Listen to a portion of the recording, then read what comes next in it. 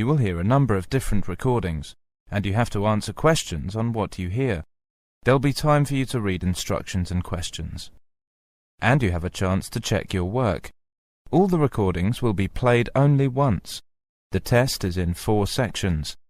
At the end of the test, you will be given 10 minutes to transfer your answers to an answer sheet. Now turn to Section 1. Section 1. You will hear a phone conversation of a man ordering items from a library. First, you have some time to look at questions 1 to 3.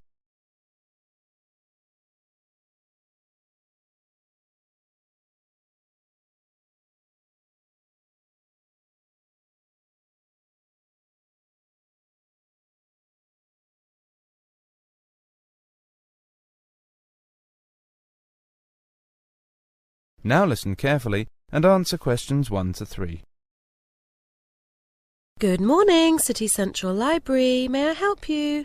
Yes, I want to order some books and copies of articles, please.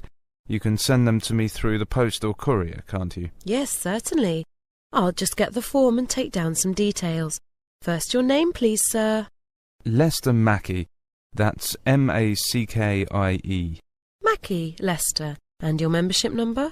That's M9301274. M930... 1274. Thank you. Now your address, please. That's the address you want us to send the items to. It's 17 Westmead Road, Annandale. And could I have your phone number and your fax number, please? Yes, the fax number is 863 5923. 863 5923.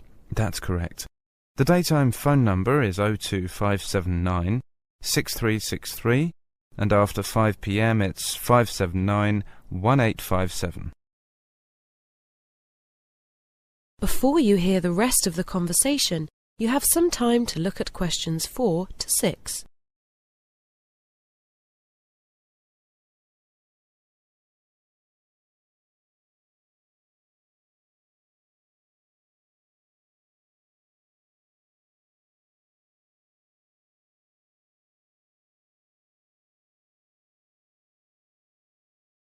Now listen carefully and answer questions 4 to 6.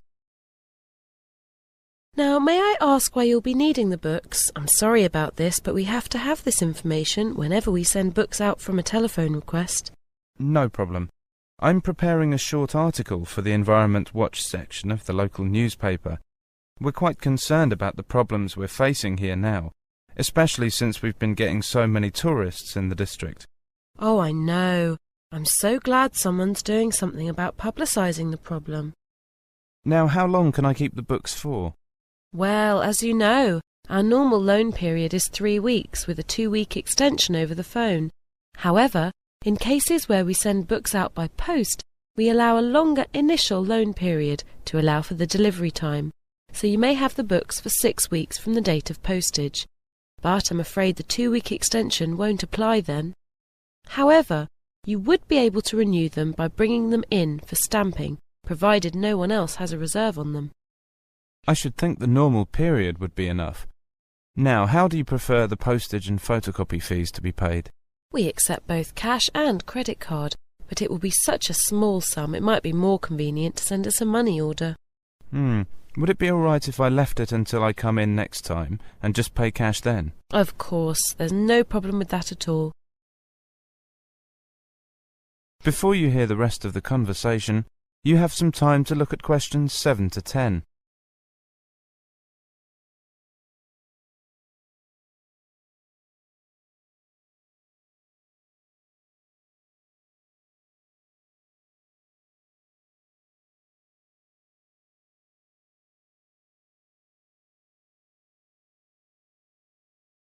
Now listen carefully and answer questions 7 to 10.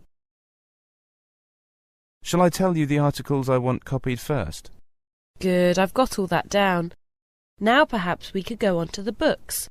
You tell me the books you need, and I'll tell you whether we have them immediately available, or whether you'll have to wait a bit for them. All right. The details I'll need are the author, publication date, and the title of the book. Is that okay? Yes, no problem at all. The first one is by Halsworth, published in 1978. It's called Land and Water Resources of Australia. Yes, we have that available on the shelves. Good. Now, the next two are both government publications. The first one is rather old, published in 1984. That's Land Degradation in Australia. But the second one is more recent. That's Coastal Zone Inquiry Report from 1993. I'm afraid we don't have the first one. We'll have to get that from the government archives for you. But the second one, the later one, has just come in, so I'll put that aside for you. Wonderful. Now, there are three more. Two rather old books, but they're standard works, so you probably have them. Environmental Law by Fisher and Environmental Chemistry by Raiswell. They were both published in 1980. Yes, we do have both those texts. Environmental Law should be on the shelf, but Environmental Chemistry is out on loan at the moment. I'll put that on reserve for you. Right. And the last one is The Environment Impact of Travel and Tourism by M. Burns and Associates, 1989. Burns, Environment... No, I'm sorry, we don't have that. I'll have to use the Interlibrary Loan Service and get it in for you. Oh, how long is that likely to take? Well, it really depends where we can get it. If it's available locally, it shouldn't take more than a few days. But if we have to send overseas for it, it could be rather a while. We'll do our best to hurry it up.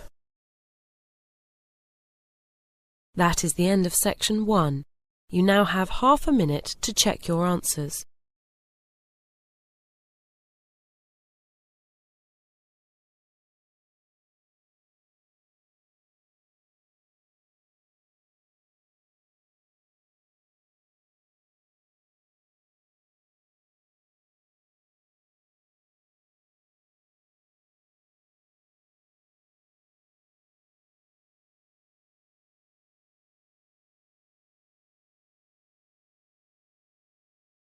Now turn to Section 2. Section 2. You will hear a lecture about the changes of the labour market. First, you have some time to look at questions 11 to 16.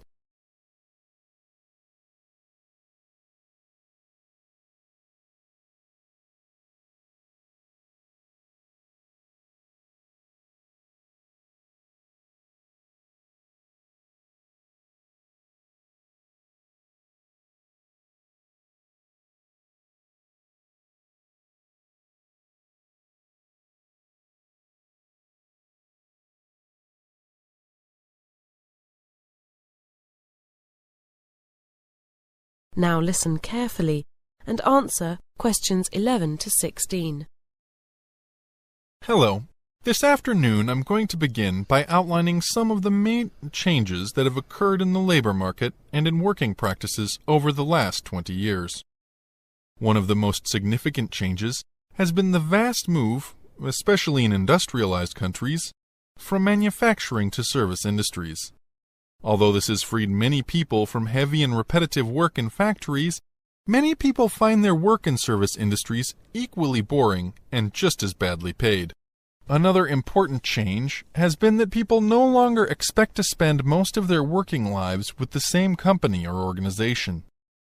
As a result, people set themselves objectives which they work towards, and they use the various jobs they do and the different companies they work for as steps towards these objectives. For individual workers, I think this has helped them become more independent and given them more control over their lives. In most companies, the management team has become less hierarchical. This is often called downsizing or delayering. In other words, there are fewer managers and fewer levels of management. As a result, there are not so many opportunities for promotion, and people often feel frustrated because they find themselves at the same level for many years without the chance to rise in the company. Competition from new products and from different parts of the world means that nowadays companies have to adapt very fast to changing markets, and this requires them to be very flexible. Increasingly, this means they don't employ workers directly, but employ other small specialist companies or individuals to do the job when they need them. This means they don't have the expense of employing workers when they don't need them. I believe that for workers who are subcontracted, there are various gains. They're often better paid for the work they do. They work in smaller, more human organizations, and they're able to organize their working lives in ways which suit them, instead of having to fit the routines of a large company. Of course, the biggest areas of change have come with the technological revolution. Workers now have the chance to go job hunting on the World Wide Web, so they have more opportunities to find better or more suitable jobs. Statistics show that generally people work much harder than in the past, with much longer hours. New technologies are largely responsible for this, especially mobile phones and beepers or pagers. These things force employees to stay in contact with their offices even in their free time and at weekends. I think this is a pity, as people need to be able to relax and have time for themselves. Another effect of technological change is that jobs evolve very rapidly, and workers have to be continually going to training courses in order to remain employable. As a university teacher, I can hardly complain about this.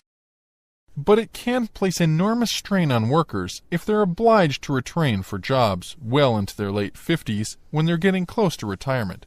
So I'm not sure if it's a good thing or a bad thing. Before you hear the rest of the lecture, you have some time to look at questions 17 to 20.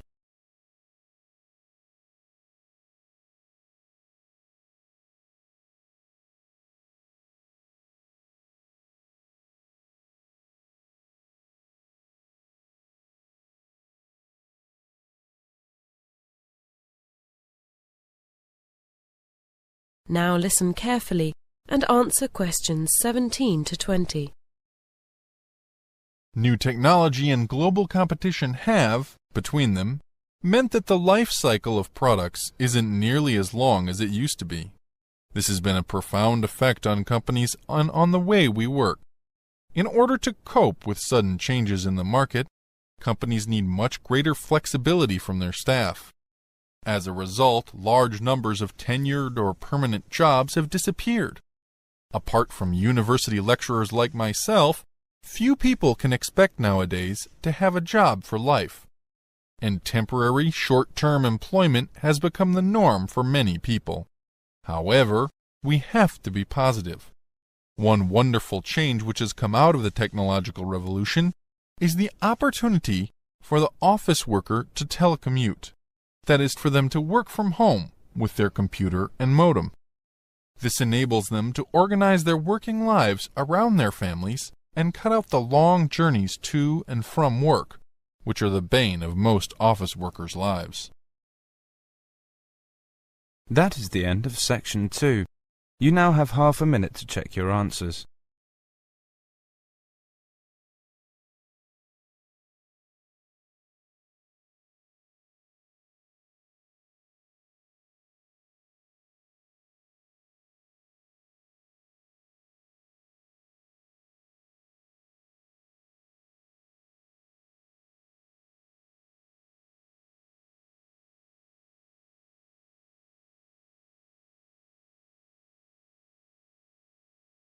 Now turn to section 3. Section 3. You will hear 3 psychology students discussing some project work they have been doing for a seminar on intelligence. First, you have some time to look at questions 21 to 27.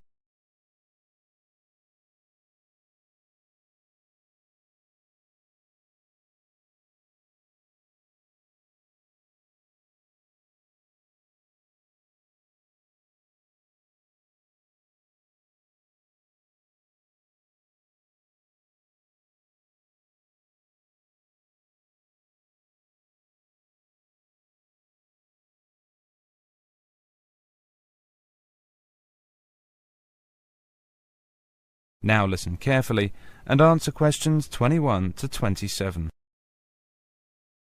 Hi Martin, hi Maria. How are you getting on with your project? You've got to give the seminar on Friday, haven't you? Hi Farouk, we're getting on fine. It's just so interesting. Do you want to hear about it? Well, I've got 10 minutes before my next lecture, so why not? Let's hear it. Great. And it'll help us sort out who said what, won't it, Martin? That's right. You know, what we've been looking at is research done by a number of psychologists from different parts of the world on intelligence quotients. How they've been rising over the last 50 years. Really? Yes. Some psychologists have measured increases in intelligence of up to 25 points in one generation. Amazing. What's causing us all to get cleverer? There's a political scientist from New Zealand called James Flynn. Well, he's a pioneer in this field, and he's found that people perform the visuospatial tasks in intelligent tests much better than they did 50 years ago. Partly he puts this down to people playing with their PCs and watching TV, things like that. What about diet? Does that have anything to do with it? Perhaps. Robert Howard, a Sydney psychologist, thinks that it does. Just as eating better has made children taller, their average intelligence has also risen. He also says that parents are having fewer children, so they're able to pay more attention to their children, which has a positive effect on kids' intelligence. IQ tests have verbal and numerical elements too. Have these also been improving? Yes, but only moderately. It's the visuospatial element which has made the big difference, and Flynn also suggests that modern activities like driving may play a part in this. There's a British researcher, John Rust, who has made the general point that modern life is much more complicated than it was 50 years ago. Our intelligence has had to develop in order to cope with it all. Remember also that far more children have the opportunity to go to school nowadays. Howard thinks that must be a leading factor in improved IQ test performance. Well, yes, that would seem fairly obvious. To come back to John Rust, he suggests that as science and knowledge develop, ideas become more complex. Well, the people who produce these ideas, the Einsteins and Hawkings, are obviously highly intelligent people, but, he says, ordinary people's intelligence has also had to develop to cope with these new theories. Before you hear the rest of the discussion, you have some time to look at questions 28 to 30.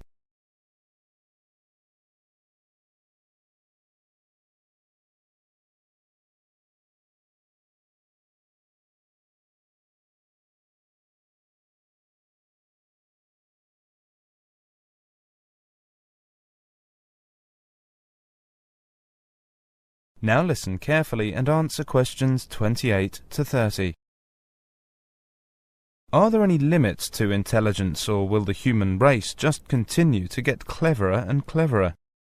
Actually, research in some Western industrialised countries such as Australia and some European countries suggests that intelligence rose quite steeply for 2 to 3 decades and then levelled off a few years ago. Some pessimists think that quite soon we may see it beginning to dip. In some countries, students seem to be less motivated than before. In that sense, there may well be a limit to intelligence. On the other hand, this rise in intelligence started to happen some years later in East Asian countries, the so-called Asian tigers, and it still hasn't levelled off.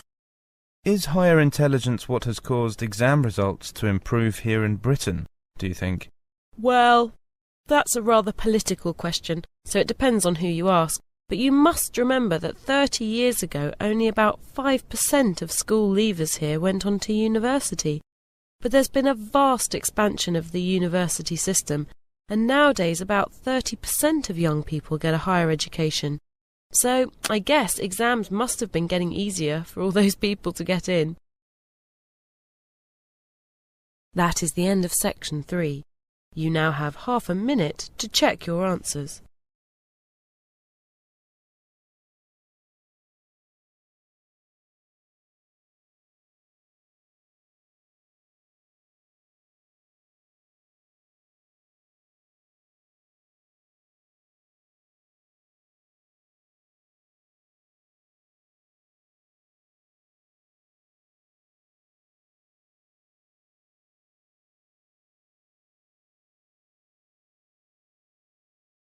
Now turn to Section 4.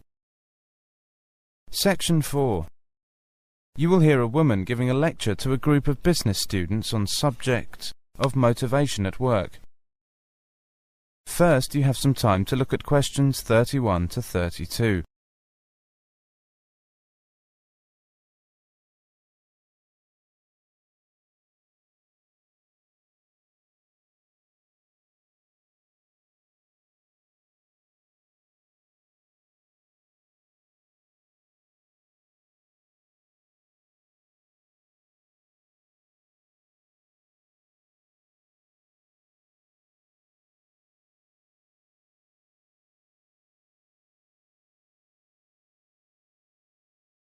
Now listen carefully and answer questions 31 to 32.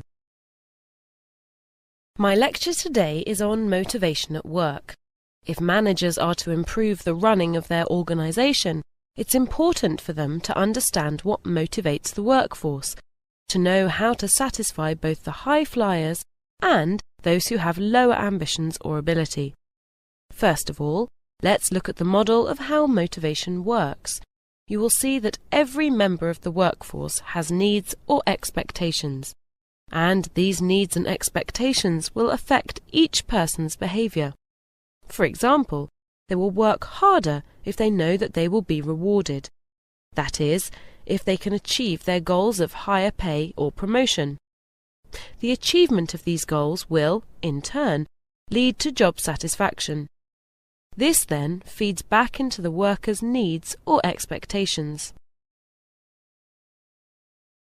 Before you hear the rest of the lecture, you have some time to look at questions 33 to 35.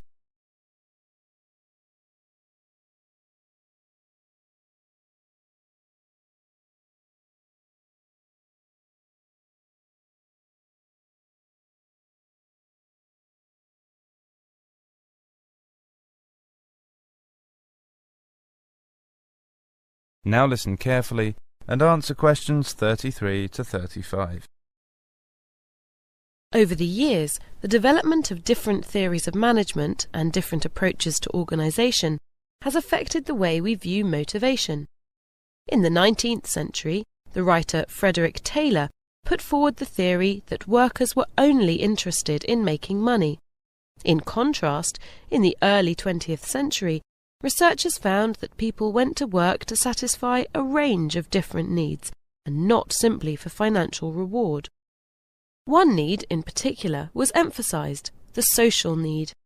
An early study done on a coal mining company, for instance, showed that people generally were happier and worked more productively if they were able to work in teams. Before you hear the rest of the lecture, you have some time to look at questions 36 to 37.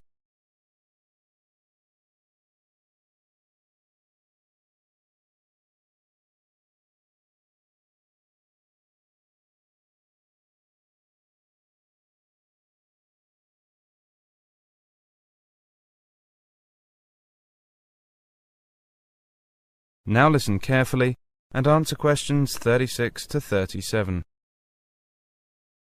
One important 20th century theory of motivation was that put forward by Maslow in 1943. Maslow identified 5 important needs which he placed in a triangle. At the bottom of the triangle he put what he called basic needs, good pay and pleasant working conditions. Then above the basic needs he put security needs, safe working conditions and job security. His third need he called social needs, the need to have friends, at work, and get on with the boss. Fourth were status needs, a job title and social recognition. Finally, at the top of the triangle, Maslow identified the need for advancement, to have a challenging job with opportunities for promotion. His theory isn't perfect, but it's a convenient framework for viewing the different needs and expectations of work that people have. And what's more, I believe it's still valid today. Before you hear the rest of the lecture, you have some time to look at questions 38 to 40.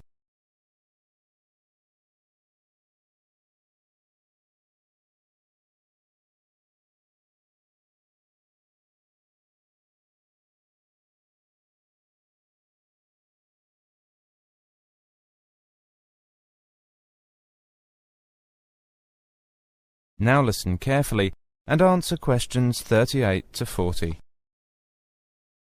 During an early 21st century survey of full-time employees, when asked what gave them job satisfaction, 72% said having an inspirational leader. 55% of those questioned found satisfaction in the challenging nature of their work, 50% by being paid well, and 40% said flexible working hours. Consequently, we can see that this indicates that today, an employee's opinion of the quality of the leadership in their workplace is an important factor influencing belief in the company as a good place to work. Motivation varies over a person's working life and also according to where they live. Studies show that people have different goals in different countries. For example, a good lifestyle would appear to be more important in Spain than it is in Sweden. Financial security is more important in the US than in the UK. Social contact at work is important to workers in both Germany and Australia, but not of top importance in Britain and Italy. As to high status, this is more important in the USA than to Europeans. These results indicate clear differences between countries, but I don't think they should be taken too seriously. There have been many theories which have attempted to explain the nature of motivation. These theories are partially true, and by and large all help to explain the behaviour of certain people at certain times. However, none really provides all the answers. The best a company can do is to provide people with the right environment to be self-motivated. If they are self-motivated, they will perform well. That is the end of section 4. You now have half a minute to check your answers.